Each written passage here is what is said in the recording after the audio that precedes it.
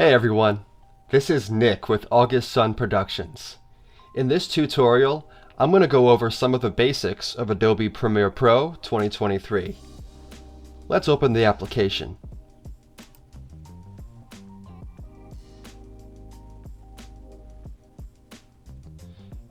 Now before we go any further, I want to show you the version of Premiere Pro that I'm using. So you could see here it's version 23.5. You may be able to follow along with a slightly previous version, but just keep in mind that the interface may be a bit different. So once you open the application, you'll see this start screen. So we want to go here to create a new project. Now here, you'll give your project a name, and you'll import footage. So let's name this example video, and then select the footage you want to import. So in my case, my footage is located on my desktop. Then I'll go down here to the bottom right corner and click on Create. First, let's make sure we're in the same workspace. So go up to Window, Workspaces, and reset to saved layout. Perfect. Now let's look at all these different panels we have here.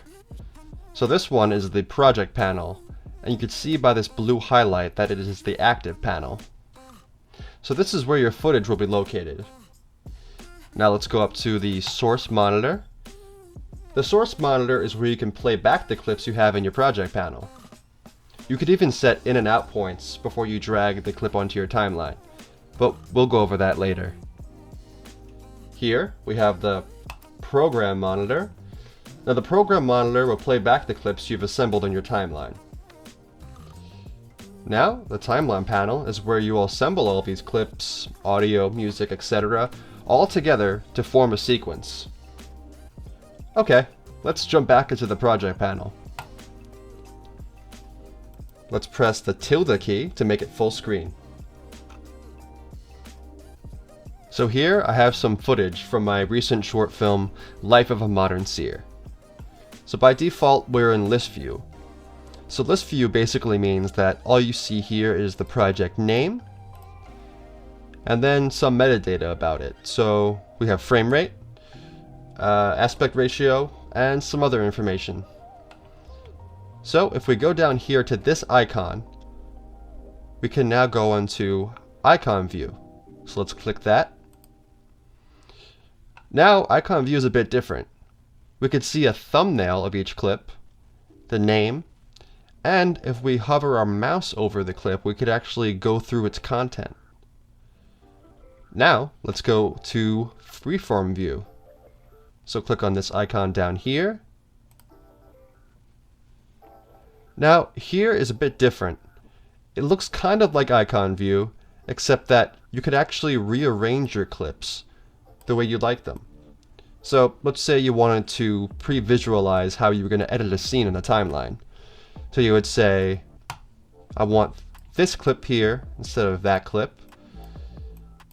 You'll scroll through, or maybe I want to start the scene with the close-up and then go into this dolly shot.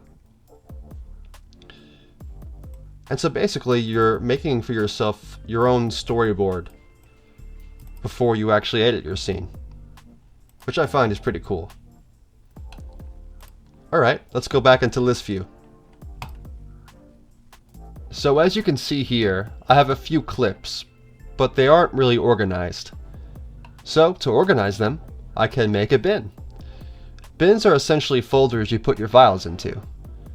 So if I hover down here to this icon, and I click on that, I will have created a new bin. So let's rename that Meditation.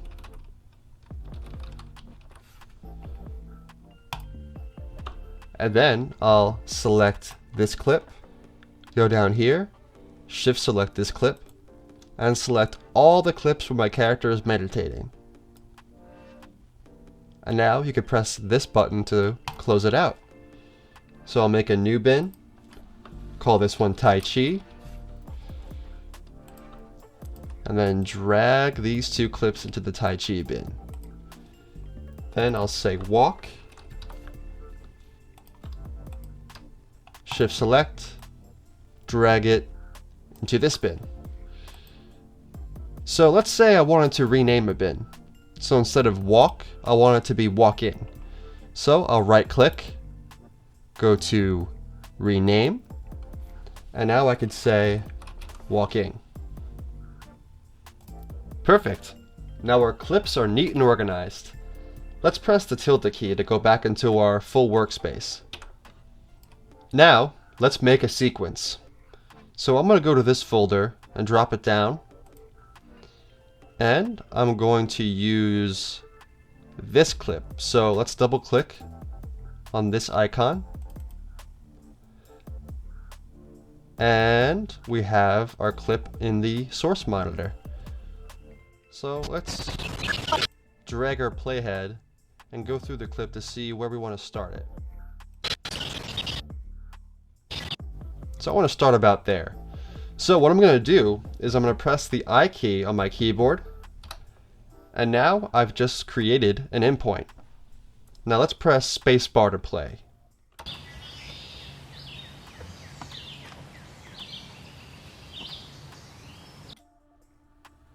Okay, so we're going to stop there. So then I'll press the O key on the keyboard to make an out point. Now we're going to drag the clip onto the timeline. So just be aware of these two little icons here. This icon here means drag video only, and this icon here is drag audio only. Now since we want both video and audio, we're just going to drag it from here, anywhere in this vicinity, or we could drag the clip from our project panel.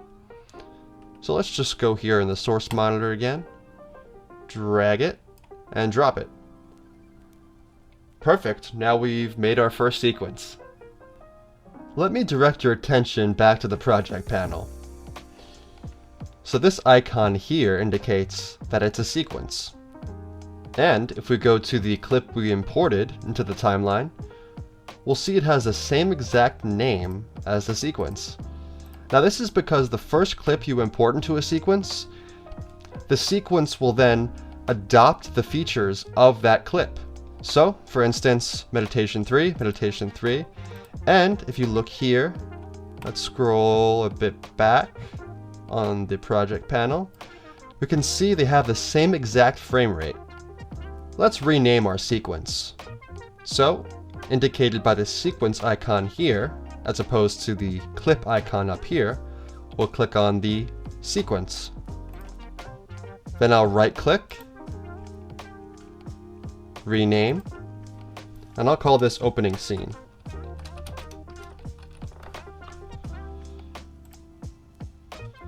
Now let's go on to the timeline.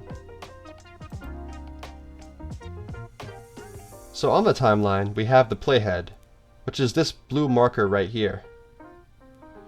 This is how we navigate through time. So I could physically drag the playhead to move forward or backwards. But there's a much easier way of doing this. So let's press J on the keyboard.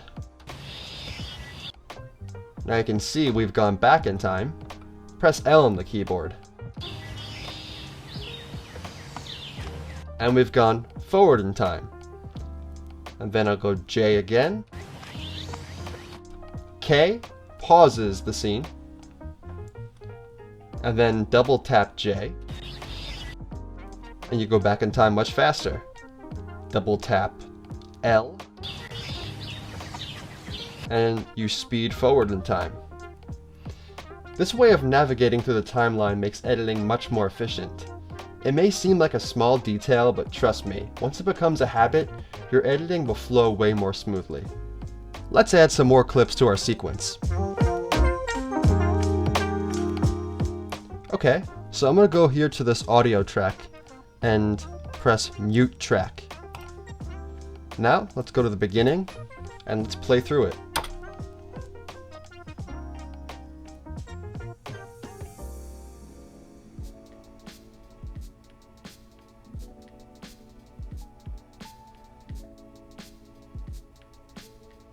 Okay, so as you can tell, this middle clip here runs a bit too long.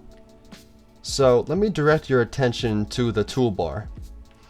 Now, by default, the selection tool is enabled. So I'm going to go here, and then select and drag the clip. And now I've shortened the clip, but it looks like we've left a gap right here in the middle. So let me Command Z to undo that, or Control Z on a Windows. Let's go back to the toolbar. So if you look at this icon here, this represents the Ripple Edit tool. To activate it, you can press B on the keyboard. So I'm going to go here, press B, and now let's see what happens if you trim the clip with the Ripple Edit tool.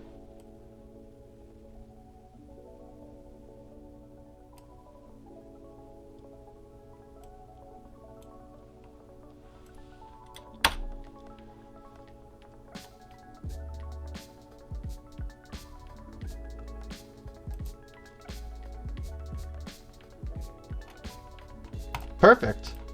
Now we've trimmed the clip with no gaps. Alright, now we've created and edited a sequence with some basic tools in Adobe Premiere Pro. That's all I have for you today. Start playing around with what you just learned, and once you master these basics, you'll be ready to move on to the next step. I hope you enjoyed this tutorial. If you did, give it a like. There will be more tutorials to come, so don't forget to hit that subscribe button so you never miss a video. Until next time.